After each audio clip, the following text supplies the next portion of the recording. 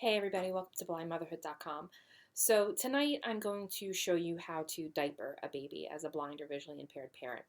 A lot of people asked me how I was able to do that with my girls, and I have to say it really did take some time, especially with my first daughter. I was very, very nervous. The idea of diapering her was scary to me, especially because you can't always see the contents of the diaper to make sure that your child is clean. I will say that my first child had many, many, many bouts of diaper rash. And thankfully, I had a pediatrician, and I currently have the same pediatrician who was very, very patient with me and my husband and really taught me what to look for from a tactile perspective. But I'm getting a little ahead of it myself. So let's talk about diapering your child from the beginning. First thing that I will say, I don't like diapering changing stations or baby stations or um, any of that type of furniture that you could have with your nursery set. I think it's unsafe, some of the things that they have, and I am not a fan. I always change my children either on the floor, on the bed with me standing next to them, and I have a king size bed, but it's relatively low. But I never turn my back on my child. It only takes a second. You have got to be so careful. And the other place that I would change my child was I had a pack and play that had a changing station that was attached to it. So I would walk over, I had everything in a nice little basket right next to my pack and play, and I would change right there. Problem was, when you have 9-pound little turkeys like I had for babies, they don't last very long in those pack and plays because the pack and play portion that was the changing station actually started to warp and move. It was metal, and we had to get rid of it. So I went back to the floor method. So what I have the baby on right now, and I'm going to be working on a doll this evening that I use for some workshops I do on blind parenting. It's on my ottoman. Again, not a safe option to change your baby on an ottoman. This is just so anybody that's sighted watching the video will be able to see the baby on the screen. So your baby needs to be changed. Your baby currently is wearing a diaper, right? So the first thing that we have to do is remove the old diaper to put on a new diaper. So I'm going to get up on my knees for a second. All right, you have your baby.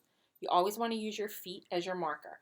When they're little, they're not going to move around and squirm too much. So you have their little feet. You want to put their feet in their hands. You want to feel up. Touching the baby on the leg soothes the baby. It gives you confidence in knowing where your child's limbs are, where the diaper is, what you're about to be doing, right? Try to keep your baby as calm as possible. It's a lot harder to change them when they're screaming, crying, as opposed to when they're a little bit calmer, right? So you know where everything is. Now what you're going to do is you're going to take the new diaper. We haven't even removed the old diaper. We're going to take the new diaper. We're going to open it up. We are going to feel on the diaper for the tabs that have the elastic or the sticky part on them, because that is going to be the back of your diaper. We are going to lay this diaper underneath your baby.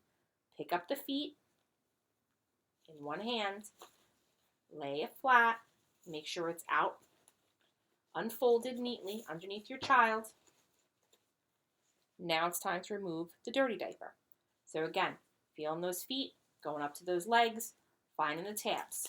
We're going to open our tabs, one and then the other, and then you want to reach back, fold that diaper back onto that clean part, and you're going to fold upward.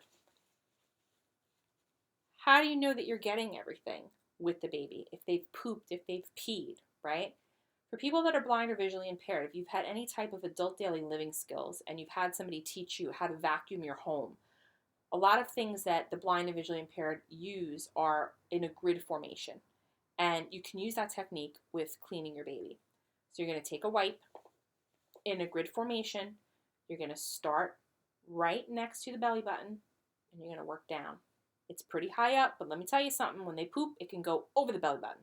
So you never be surprised where, stuff will go when these kids go to the bathroom. Going to go up and down and wipe. Move over a section. Up and down and wipe. Over a section. And you're going to keep repeating that.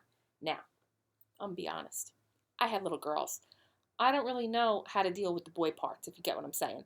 So what I would do would be to go in that grid formation and make sure that you go over the baby's testicles a couple additional times, or go on them and do that like in a grid formation as well. This way you get any type of poop or anything like that that has been there. For a little girl, you always want to make sure that you're wiping from the top to the bottom. Okay, so this way you're not getting anything inside the baby's vagina. If you wipe from the butt up, you could get something in their vagina, and then you can end up getting some type of an infection, urinary tract infection, or otherwise. After you've gotten the baby all clean, you know you're clean, you're going to drop your wipe in, you're going to roll up, you're going to lift that baby's feet into the air, grab those two little ankles, chubby little feet, pull out the old diaper, and you're placing their booty right in the clean diaper. Throw away the old one. Okay? Now, an ounce of prevention. You want to make sure that you put something on your child. As I mentioned before, my first daughter had diaper rash all the time. It was because I wasn't wiping her enough. I wasn't changing her enough. I thought I was. I really did. But I wasn't. So what my doctor said was, every time I change her, to put on something. You can use a Desitin. You could use an Aquaphor. You could use whatever works for you. But I'm telling you, I swear by this stuff. And this is butt paste. I use it with both my kids. Put it on every time. It's literally like a glue. You just go and put some on your finger. Again, using that grid formation, you're going to go across the baby. Make sure you get it. Pick up the baby's buns. Use those little feet again.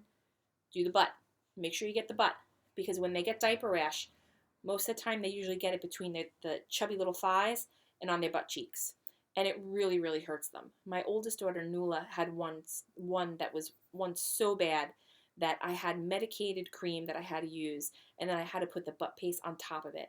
My pediatrician said that would seal in the medication, and we had to change her, 4 to 5 times an hour. And I felt awful when that happened. I felt like such a bad mother. But you know what? It was just, it was a mistake, and I just didn't really know what I was doing, and I couldn't see what I was doing. And I was recovering from a C-section, and I felt like crap, and it was just really, really hard. But once I figured out the right way to do it, once she taught me that, it was easier to know when the diaper rash was coming on. Some of the signs of a diaper rash. Let's talk about that. Your baby is unnormally cranky when you change them. They're not going to like being changed. It's cold. They're getting undressed. You're moving stuff around.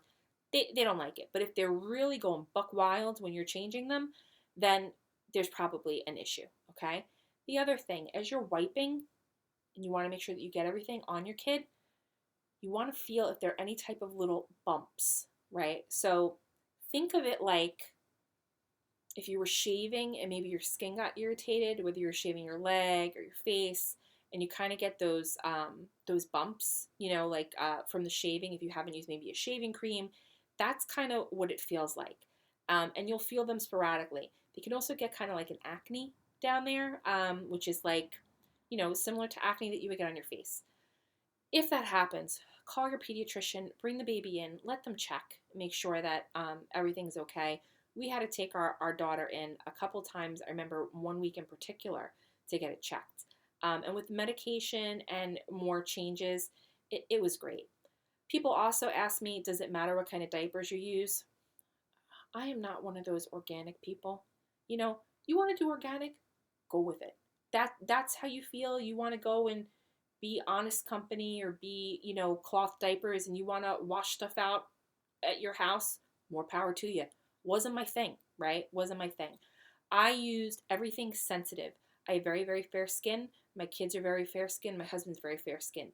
I use that Pampers Sensitive wipes. I still use the Pampers Sensitive wipes. Never changed from that. Even now at ages 4 and just turned 2, or almost 4 and just turned 2.